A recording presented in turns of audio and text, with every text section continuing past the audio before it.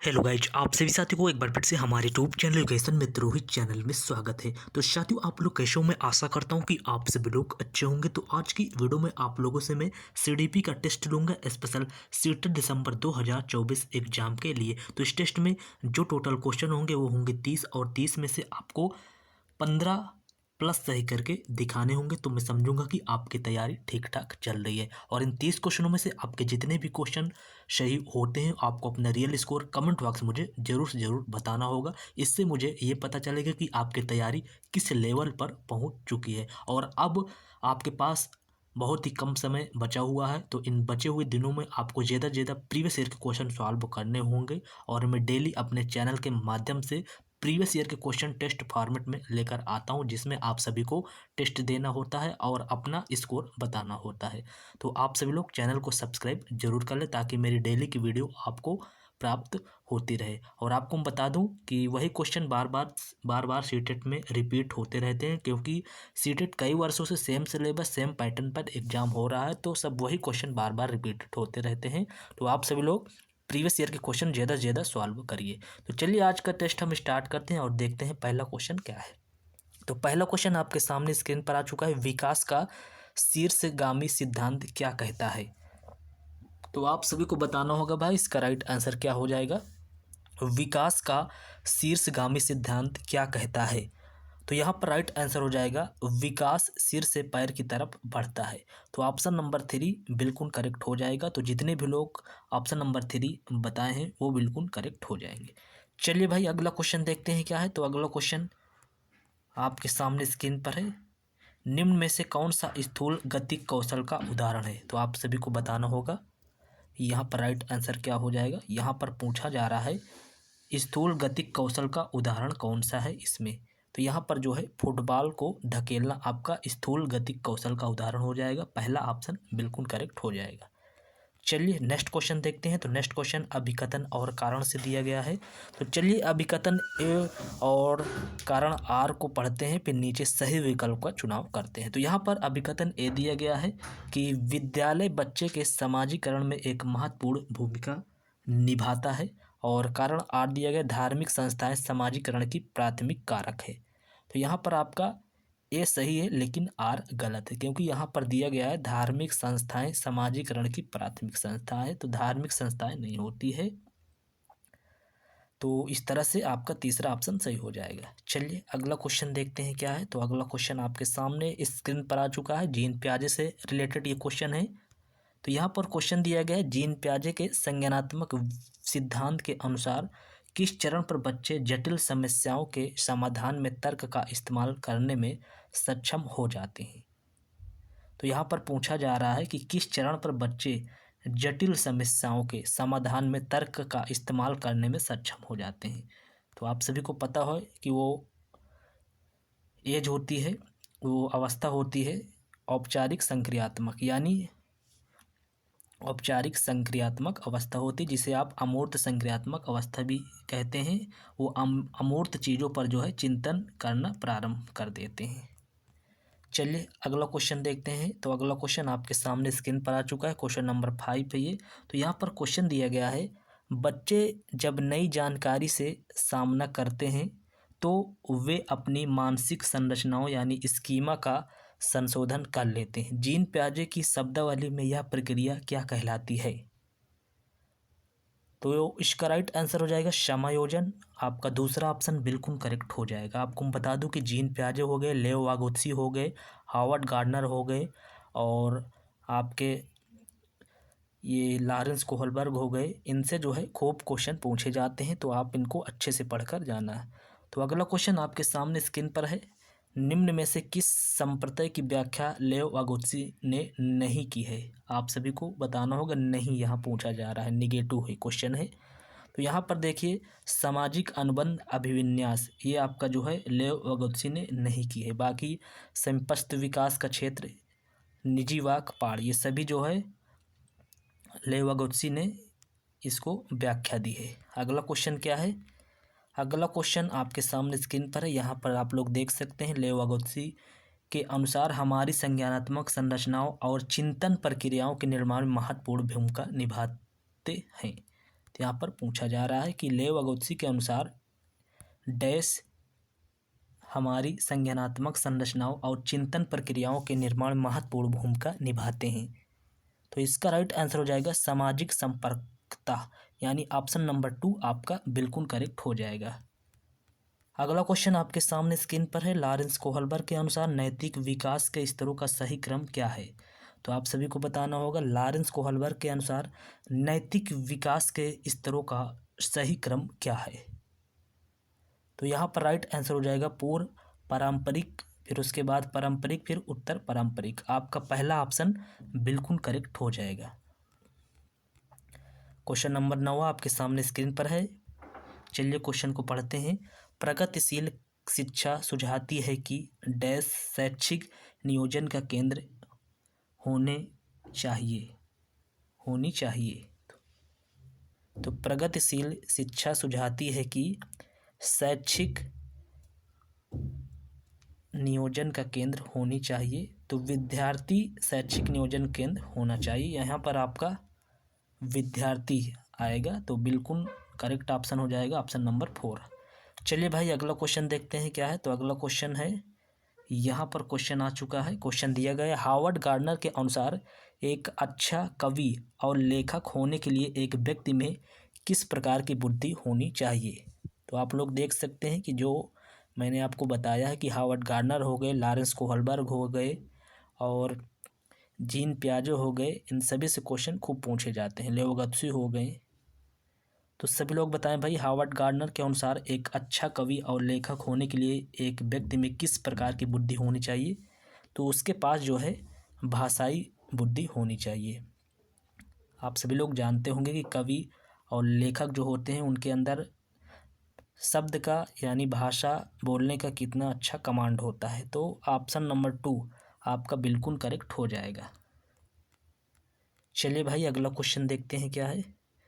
तो question number 11 आपके सामने स्क्रीन पर है। यहाँ पर अभिकथन और कारण से ये क्वेश्चन है। तो यहाँ पर अभिकथन ए क्या दिया गया है, चलिए पढ़ते हैं। तो यहाँ पर दिया गया है, एक अध्यापिका को अपने विद्यार्थियों को दी गई समस्या पर काम करने हेतु अपने विचारों का मौखिकरण करने के लिए प्रोत्साहित करना चाहिए। ये तो सही है।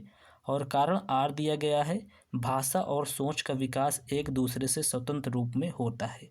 तो ये जो है स्वतंत्र रूप से एक दूसरे से नहीं होता है। तो आपका ए सही है लेकिन आर गलत है यहाँ पर। तो तीसरा ऑप्शन आपका बिल्कुल करेक्ट हो जाएगा। चलिए भाई अगला क्वेश्चन देखते हैं। तो अगला क्वेश्चन आपके सामने स्क्रीन पर है। क्वेश्चन यह है, आपकी कक्षा में जब भी कोई लड़का रोता है तो दूसरे विद्यार्थी उसे यह कहकर चिढ़ाते हैं कि लड़कियों की तरह व्यवहार मत करो, लड़के नहीं रोते। उनका यह कथन क्या दर्शाता है? लैंगिक समता, लैंगिक समानता, लैंगिक स्थिरता, लैंगिक रूढ़िवादिता। तो यहाँ पर राइट आंसर हो जाएगा लैंगिक रूढ़िवादिता, यानी ऑप्शन नंबर 4 बिल्कुल करेक्ट हो जाएगा। चलिए भाई अगला क्वेश्चन देखते हैं क्या है। तो अगला क्वेश्चन आपके सामने स्क्रीन पर है। यहाँ पर क्वेश्चन दिया गया, विद्यार्थियों की अधिगम शैली चयन में व्यक्तिगत विभिन्नताओं को किस नज़रिए से देखना चाहिए? तो यहाँ पर राइट आंसर हो जाएगा विकास प्रक्रिया के एक प्राकृतिक और स्वाभाविक रूप में, यानी ऑप्शन नंबर 2 बिल्कुल करेक्ट हो जाएगा। नेक्स्ट क्वेश्चन चलिए देखते हैं क्या है। तो नेक्स्ट क्वेश्चन आपके सामने स्क्रीन पर है।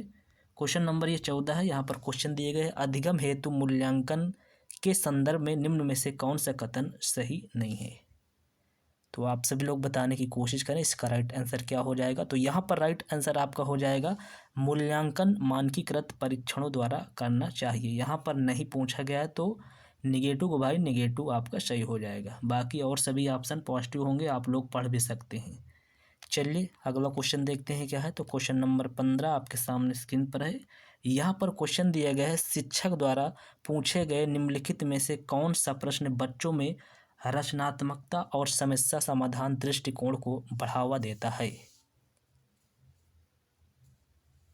तो यहाँ पर देखिए, आप अपने शहर में प्रदूषण कैसे कम कर सकते हैं, कर सकते हो। तो यहाँ पर जो है इस प्रश्न से बच्चों के अंदर जो है रचनात्मकता और समस्या समाधान दृष्टिकोण को बढ़ावा मिलेगा, यानी आपका ऑप्शन नंबर 2 बिल्कुल करेक्ट हो जाएगा। बाकी और सभी ऑप्शन आप लोग देख लीजिए, आपका नाम क्या है, आप कहाँ रहते हो, भारत को आज़ादी कब मिली, ये सब ऑब्जेक्टिव टाइप के हैं। इसमें बच्चा तुरंत बता देगा, उसमें सोचने की कोई आवश्यकता ही नहीं है। अगला क्वेश्चन देखते हैं क्या है। तो अगला क्वेश्चन आपके सामने यहाँ पर स्क्रीन पर आ चुका है। यहाँ पर क्वेश्चन आ चुका है कि हाशिए पर स्थित समूहों से आने वाले विद्यार्थियों के सामाजिक सांस्कृतिक ज्ञान के प्रति किस तरह का दृष्टिकोण होना चाहिए। तो यहाँ पर राइट आंसर हो जाएगा, उसे मान देना चाहिए और अध्यापन अधिगम प्रक्रिया में शामिल करना चाहिए। तो ऑप्शन नंबर 2 आपका बिल्कुल करेक्ट हो जाएगा। चलिए भाई अगला क्वेश्चन देखते हैं क्या है। तो अगला क्वेश्चन नंबर 17 आपके सामने यहाँ पर स्क्रीन पर आ चुका है। तो क्वेश्चन नंबर 17 क्या कहता है, यहाँ पर क्वेश्चन नंबर 17 यह कहता है कि हालांकि स्वाधीनता से जूझने वाले विद्यार्थी विशिष्ट क्षेत्रों में चुनौती महसूस करते हैं, फिर भी उनमें समानता डैश का सामर्थ्य होता है। तो देखिए, स्वाधीनता से जूझने वाले विद्यार्थी विशिष्ट क्षेत्रों में चुनौती महसूस करते हैं, फिर भी उनमें समानता बारीक जानकारी पर ध्यान देने का सामर्थ्य होता है। यहाँ पर ऑप्शन नंबर 1 आपका बिल्कुल करेक्ट हो जाएगा। चलिए भाई अगला क्वेश्चन देखते हैं क्या है। तो अगला क्वेश्चन यहाँ पर इसको आपके सामने स्क्रीन पर आ चुका है। पठन वैकल्य एक है, विशिष्ट अधिगम कठिनाई है कि संवेदी क्षति है कि स्वाधीनता का क्रम विकार का हिस्सा है, श्रवणात्मक अशक्तता है। तो यहाँ पर देखिए पठन वैकल्य जो है एक विशिष्ट अधिगम कठिनाई है। यहाँ पर आपका ऑप्शन नंबर 1 बिल्कुल करेक्ट हो जाएगा। चलिए भाई अगला क्वेश्चन देखते हैं क्या है। तो क्वेश्चन नंबर 19 आपके सामने स्क्रीन पर आ चुका है। यहाँ पर क्वेश्चन दिया गया है, दृष्टिबाधिता से जूझने वाले विद्यार्थियों के समावेशन में निम्न में से कौन सा कारक बाधा बन जाता है।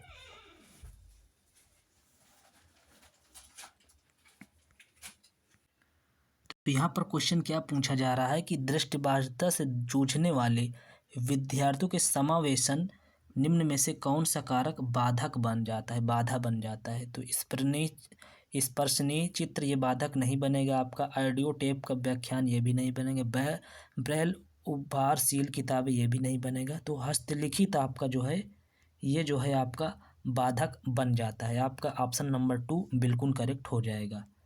चलिए भाई अगला क्वेश्चन देखते हैं क्या है। तो क्वेश्चन नंबर 20 आपके सामने स्क्रीन पर है। यहाँ पर क्वेश्चन दिया गया है, अवधान न्यूनता यानी अति क्रियाशीलता विकार, जिसे आप ADHD के नाम से जानते हैं, से जूझने वाले विद्यार्थी निम्न में से किस गुण को अक्सर दर्शाते हैं। तो यहाँ पर राइट आंसर हो जाएगा कार्य क्षेत्र में व्यवस्थितता संगठन, आपका तीसरा ऑप्शन बिल्कुल करेक्ट हो जाएगा। क्वेश्चन नंबर 21 है, अभिकथन और कारण से। तो चलिए इसको पढ़ते हैं, फिर नीचे सही विकल्प का चुनाव करते हैं। तो यहाँ पर अभिकथन ए दिया गया, अर्थपूर्ण अधिगम हेतु विद्यार्थियों को सक्रिय रूप से ज्ञान सृजन करने के बहुतायत अवसर प्रदान करने चाहिए। और उसके बाद अधिगम ज्ञान के निष्क्रिय अर्जन की प्रक्रिया है। तो यहाँ पर आपका ये कारण आर गलत है, बाकी अभिकथन ए सही है। तो यहाँ पर ए सही है लेकिन आर गलत है, तो ऑप्शन नंबर 3 बिल्कुल करेक्ट हो जाएगा। क्वेश्चन नंबर 22 आपके सामने स्क्रीन पर है। यहाँ पर क्वेश्चन नंबर 22 है कि अधिगम को प्रभावशाली बनाने के लिए विषय वस्तु कैसी होनी चाहिए। तो आप सभी लोग बताएं भाई, अधिगम को प्रभावशाली बनाने के लिए विषय वस्तु कैसी होनी चाहिए। तो यहाँ पर राइट आंसर आपका हो जाएगा विद्यार्थियों के सामाजिक सांस्कृतिक परिवेश से संबंधित। तो ऑप्शन नंबर 3 आपका बिल्कुल करेक्ट हो जाएगा। चलिए अगला क्वेश्चन देखते हैं। तो क्वेश्चन नंबर 23 आपके सामने स्क्रीन पर है, अपनी खुद की सोच प्रक्रिया पर चिंतन करना क्या कहलाता है। तो आप सभी लोग बताएं भाई, अपनी खुद की सोच प्रक्रिया पर चिंतन करना क्या कहलाता है। तो अभिसंज्ञान कहलाता है, यानी ऑप्शन नंबर 2 आपका बिल्कुल करेक्ट हो जाएगा। चलिए क्वेश्चन नंबर अब 24 देखते हैं क्या है। तो यहाँ पर क्वेश्चन नंबर 24 है, अधिगम के सामाजिक संरचनावादी उपागम के अनुसार निम्न में से कौन सा तरीका अर्थपूर्ण अधिगम के लिए प्रभावशाली नहीं है। तो आपको मैं बता दूं कि क्वेश्चन जब भी आप पढ़ना, पूरा पढ़ना, क्योंकि आप जल्दबाजी में नहीं को नहीं देखते हैं और पॉजिटिव आंसर लगाकर चले जाते हैं। बाद में जब आप 81 या 89 एक नंबर से रह जाते हैं तो आपको बहुत पछतावा होता है कि काश हम वो क्वेश्चन को पूरा पढ़ लिए होते। तो ऐसी गलती आपको परीक्षा हाल में नहीं करनी होगी, इसीलिए मैं प्रीवियस ईयर का क्वेश्चन सॉल्व करवा रहा हूँ ताकि आपका अच्छे से रिवीजन हो सके। तो यहाँ पर राइट आंसर हो जाएगा निष्क्रिय अनुकरण, क्योंकि आप सभी को पता है कि निष्क्रिय जो है पॉजिटिव होता है, तो निष्क्रिय यहाँ पर आपका अनुसरण बिल्कुल करेक्ट हो जाएगा, क्योंकि निगेटिव का भाई निगेटिव हो जाएगा। सॉरी, निष्क्रिय आपका जो है निगेटिव होता है, तो ये निगेटिव का भाई निगेटिव हो जाएगा। चलिए क्वेश्चन नंबर 25 देखते हैं। यहाँ पर क्वेश्चन नंबर 25 है कि विद्यार्थियों में समस्या समाधान कौशलों के विकास के लिए निम्न में से किसे बढ़ावा देना महत्वपूर्ण है। तो आपका अपसारी चिंतन बिल्कुल करेक्ट हो जाएगा। यहाँ पर क्वेश्चन ऑप्शन नंबर 3 आपका बिल्कुल करेक्ट हो जाएगा। नेक्स्ट क्वेश्चन क्या है, चलिए जानते हैं। तो यहाँ पर नेक्स्ट क्वेश्चन है दिया गया है, विद्यार्थियों द्वारा ग्रहित वैकल्पिक अवधारणाओं से अध्यापक को किस प्रकार निपटना चाहिए। तो सभी ऑप्शन को ध्यान से पढ़िए और सभी लोग जवाब देने की कोशिश करें। तो उन्हें ठीक तरह से समझा जाना चाहिए, क्योंकि वे अधिगम प्रक्रिया में महत्वपूर्ण होती है। तो ऑप्शन नंबर 2 आपका बिल्कुल करेक्ट हो जाएगा। चलिए भाई अगला क्वेश्चन देखते हैं क्या है। तो अगला क्वेश्चन नंबर 27 आपके सामने स्क्रीन पर है। यहाँ पर क्वेश्चन दिया गया है, विद्यार्थी निम्न में से क्या महसूस करेंगे यदि वे यह विश्वास करने लगे कि उनके प्रयासों का कार्य के परिणाम पर कोई असर नहीं पड़ेगा। तो अधिगम अशक्तता असाध्यता, यहाँ पर पहला ऑप्शन आपका बिल्कुल करेक्ट हो जाएगा। चलिए क्वेश्चन नंबर 28 देखते हैं क्या है। तो यहाँ पर क्वेश्चन कह रहा है कि निम्न में से कौन सा आंतरिक अभिप्रेरणा का उदाहरण है। तो आंतरिक अभिप्रेरणा का उदाहरण कौन सा है, इन 4 ऑप्शनों में आप सभी को बताना होगा। तो यहाँ पर देखिए दूसरे में नगद इनाम जीतने के लिए चर्चा, ये आपका इनाम गलत हो जाएगा। सहपाठियों को प्रभावित करने के लिए चर्चा में भाग लेना, सहपाठियों को प्रभावित आपको नहीं करना है। दंड से बचने के लिए चर्चा में भाग लेना, दंड से बचने के लिए आपको नहीं। ज्ञान प्राप्त करने के लिए चर्चा में भाग लेना आपको होना। ये जो है आंतरिक अभिप्रेरणा का सबसे बढ़िया उदाहरण है, यानी आपका पहला ऑप्शन बिल्कुल करेक्ट हो जाएगा। क्वेश्चन नंबर 29 आपके सामने स्क्रीन पर है। यहाँ पर क्वेश्चन दिया गया है, एक अध्यापिका को अपने अधिगमकर्ताओं में किस प्रकार के लक्ष्यों को बढ़ावा देना चाहिए। तो महारत हासिल करने की दिशा में उन्मुख लक्ष्य, आपका पहला ऑप्शन बिल्कुल करेक्ट हो जाएगा। चलिए अगला क्वेश्चन देखते हैं क्या है। क्वेश्चन नंबर 30 है, ये इस टेस्ट का लास्ट क्वेश्चन होगा। तो यहाँ पर क्वेश्चन दिया गया, विद्यार्थियों में निम्न में से किस कौशल का बढ़ावा नहीं देना चाहिए। तो देखिए अभिसंज्ञान बिल्कुल पॉजिटिव है, चिंतन बिल्कुल, सृजनात्मकता ये भी पॉजिटिव है, अधीनता उन्मुखी ये आपका जो है निगेटिव है। यानी क्वेश्चन में क्या पूछा गया है, विद्यार्थियों निम्न में से किस कौशल का बढ़ावा नहीं देना चाहिए। तो अधीनता उन्मुखी ये आपका बिल्कुल करेक्ट हो जाएगा, निगेटिव को भाई निगेटिव।